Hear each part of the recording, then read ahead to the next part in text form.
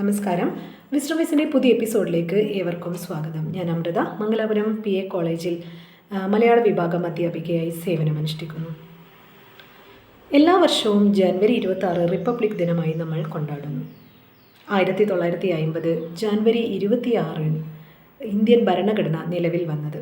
അന്നേ ദിവസം തന്നെയാണ് നമ്മൾ റിപ്പബ്ലിക് ദിനമായി കൊണ്ടാടുന്നത്. എന്നാൽ എന്താണ് സ്വാതന്ത്ര്യം? ഇന്ന് ഭാരതത്തിലെ മുഴുവൻ ജനങ്ങളും സ്വാതന്ത്ര്യം അനുഭവിക്കുന്നുണ്ടോ?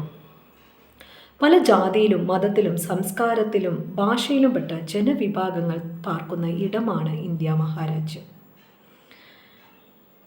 ഈ ജനവിഭാഗത്തെ ഒന്നിച്ചു ചേർക്കുക എന്നത് വളരെ വെല്ലുവിളി നിറഞ്ഞ കാര്യമാണ്. എങ്കിലും ഇതിൽ നമ്മുടെ ഭരണഘടന വിജയിച്ചു എന്ന വസ്തുത നിലനിൽക്കെ ജാതിയുടെയും മതത്തിൻ്റെയും വർഗത്തിൻ്റെയും പേരിൽ മാറ്റി നിർത്തപ്പെട്ട ഒരു സമൂഹം നമ്മുടെ ഇടയിലുണ്ട് എന്നത് വളരെ വേദനാജനകം തന്നെയാണ്.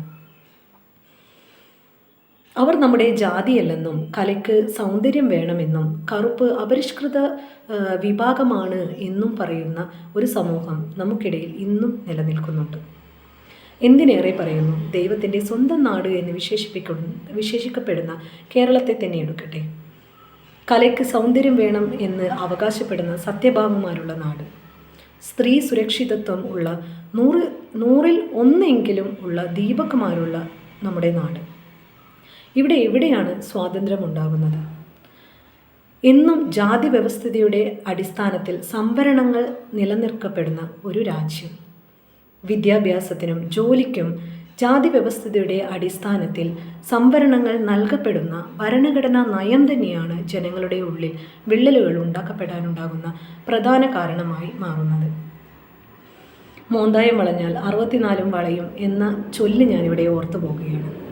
സ്വാതന്ത്ര്യം ലഭിക്കാൻ അഹോരാത്രം പരിശ്രമിച്ച എല്ലാ വീര സമൂഹത്തെയും ഓർത്തുകൊണ്ട് പുതിയ തലമുറയോട് പറയട്ടെ, ജാതിയുടെയും മതത്തിൻ്റെയും നിറത്തിൻ്റെയും പേരിൽ ജനങ്ങളെ മാറ്റി നിർത്തപ്പെടാതിരിക്കാൻ നിങ്ങൾ ഓരോരുത്തരും പരിശ്രമിക്കേണ്ടതാണ്. നന്ദി, നമസ്കാരം.